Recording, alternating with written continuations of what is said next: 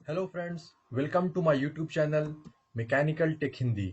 और आज हमारा टॉपिक है कंपोनेंट्स ऑफ ऑटोमोबाइल इंजन। तो इस वीडियो में मैं आपको इंजन के डिफरेंट डिफरेंट कंपोनेंट्स के बारे में बताऊंगा। फ्रेंड्स, एक इंजन में बहुत सारे अलग अलग कंपोनेंट्स होते हैं और हर कंपोनेंट का अलग अलग वो मटेरियल का बना होता है, अलग अलग उनका फंक्शन होता है।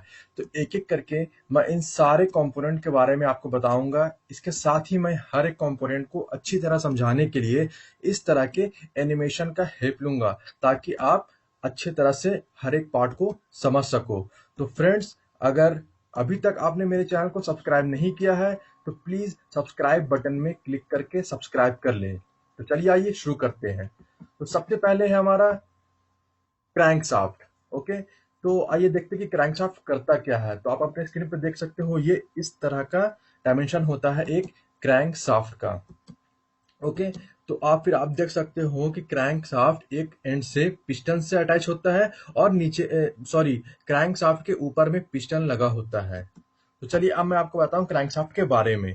क्रैंकशाफ्ट पिस्टन के अप एंड डाउन मोशन यानी के रेसिप्रोकेटिंग मोशन को रोटरी मोशन में कन्वर्ट करता है। ये इंजन के बॉटम में प्रेजेंट होता है और इसका मेन फंक्शन होता है to rotate the piston in a circular motion. Crankshaft is further connected to flywheel, clutch, and main shaft of the transmission, torque converter, and belt pulley. To convert reciprocating motion of the piston into rotary motion, the crankshaft and connecting rod combination is used.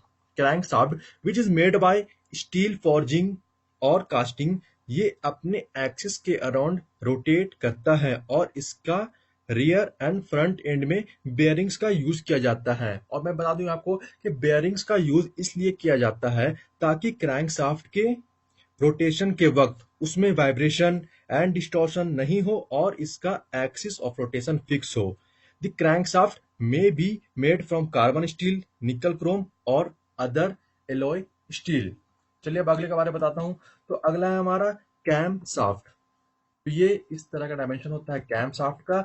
ये हमारे engine में ऊपर की तरफ लगा होता है। ठीक है, कैम शाफ्ट के नीचे में दो हमारे वॉल्व्स होते हैं, एक इनलेट वाल्व होता है, एक आउटलेट वाल्व होता है। ठीक है, मैंने एरो से यहाँ पे दिखा रखा है वाल्व्स को। उसके ऊपर में हमारा कैम शाफ्ट लगा होता है।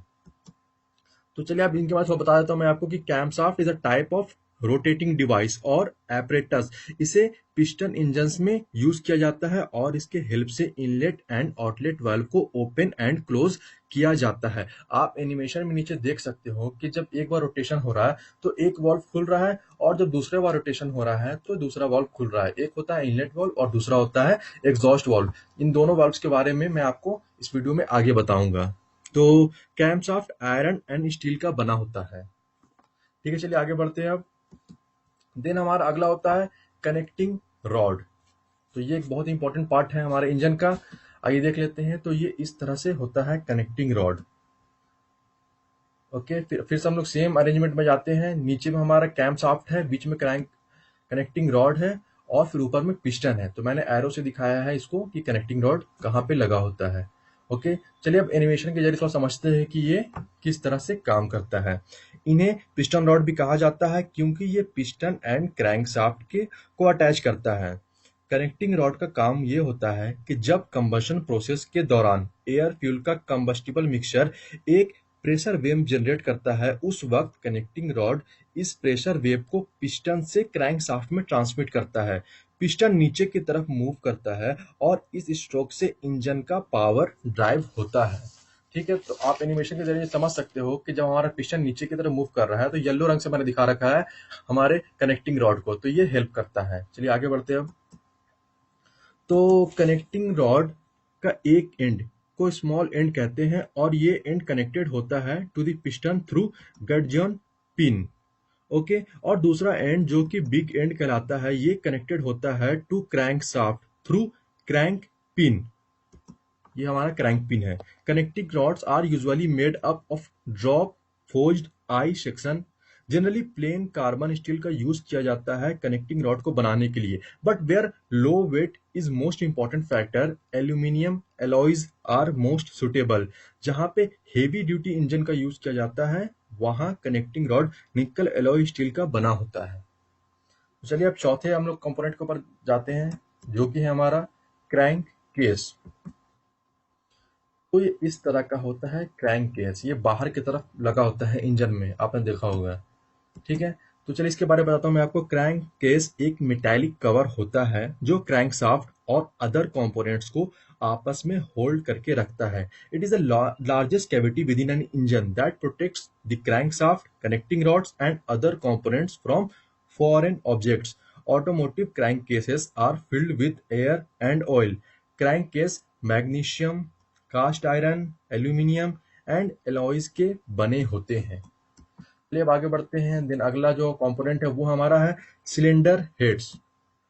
तो ये इस तरह का होता है, ये ऊपर में होता है। ओके, चलिए इसके बारे में थोड़ा बताता हूँ आपको कि cylinder heads refers to a detachable plate which is used for covering the closed end of a cylinder assembled in an automotive engine. It comprises of combustion chamber valve, train, and spark plugs. Different types of automobiles have different engine configurations, such as straight engine has only one cylinder head, while the other engines has two cylinder heads. Then जो हमारा next component है वो है engine belts. तो ये इस तरह का शेप में होता है इंजन बेल्ट, दो पुलिस के बीच में ये लगा होता है। ओके, तो चलिए अब आपको मैं इंजन बेल्ट्स के बारे में बताता हूँ। Engine belts are the bands made of flexible material used for connecting और ज्वाइनिंग टू रोटेटिंग शाफ्ट्स और पुलिस टुगेदर। ये बेल्ट्स वर्क करते हैं in coordination with wheels and axle for transferring energy. जब व्हील्स और शाफ्ट्स एक्सट्रीमली डिफरेंट एंगल पे positioned होते हैं, then the engine belts have the ability to change the direction of a force. Then जो अगला है कंपोनेंट वो है इंजन ऑयल सिस्टम जो होता है हमारे इंजन में। तो इसके बारे में मैं आपको बताता हूँ कि ये किस तरह से काम करता है। Oil is one of the necessities of an automobile engine. Oil is distributed under strong pressure to the or to all other moving parts of an engine with the help of an oil pump. Okay, और oil pump को मैंने यहाँ black रंग से दिखा रखा है कि किस कहाँ पे ये होता है। ऑयल पंप इंजन के बॉटम में ऑयल पैन में प्लेस होता है और ये गियर के हेल्प से क्रैंक शाफ्ट या कैम शाफ्ट से जॉइंट होता है।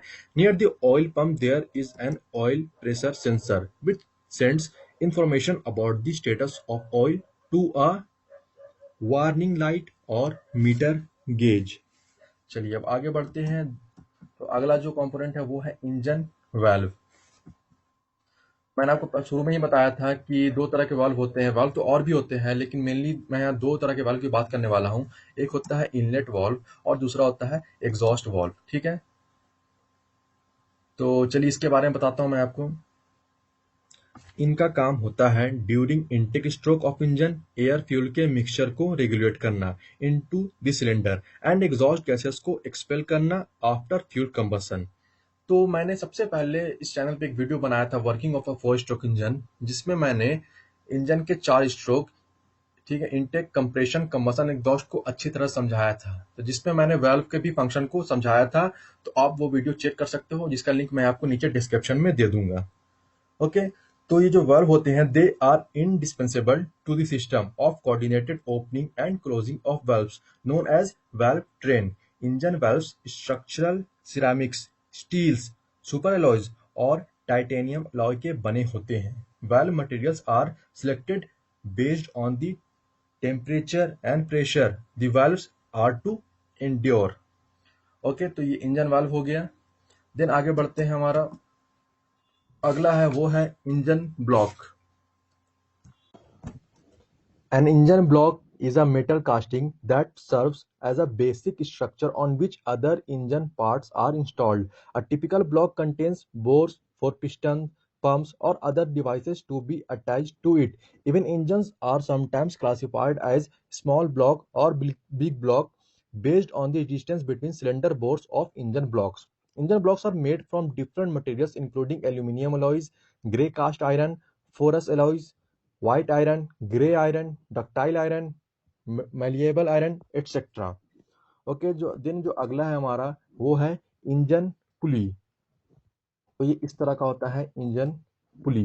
N engine pulley is a wheel with a groove around its circumference upon which Engine belts run and transmit mechanical power, torque, and speed across different shafts of an engine. An engine houses pulley units of different sizes for camshaft drive, accessory drive, and timing belts. Molded plastics, iron, and steels are normally used to make engine pulleys. Okay, तो then जो अगला है वो है हमारा engine brackets. An engine bracket is a metallic part used to join an engine mount to the power unit or the body of a vehicle. These auto parts are installed between a vehicle's body and power unit to dampen the vibrations generated by the engine, thus preventing a vehicle's body from shaking due to the vibrations. Engine brackets are made from ductile iron cast, aluminium, fiberglass and alloys. Then जो अगला है वो है हमारा engine mounting bolts. Automotive mounting bolts secure different automobile components with airbags, brake fitting, etc. onto a supporting structure. Likewise, engine mounting bolts help secure an automobile's engine in place. Based on uses, a number of materials such as alloys, silicon, bronze, ceramic, carbon, aluminum, nylon, phosphor, bronze, nickel, silver, plastic, titanium, zirconium, and stainless steel are utilized to produce these bolts. Friends, इसके अलावा भी बहुत सारे parts बाकी हैं engine के जो कि मैं अगले वीडियो में कवर करूंगा. ठीक है, और इस तरह से ही एनिमेशन के जरिए आपको समझाऊंगा अलग अलग पार्ट्स के बारे में.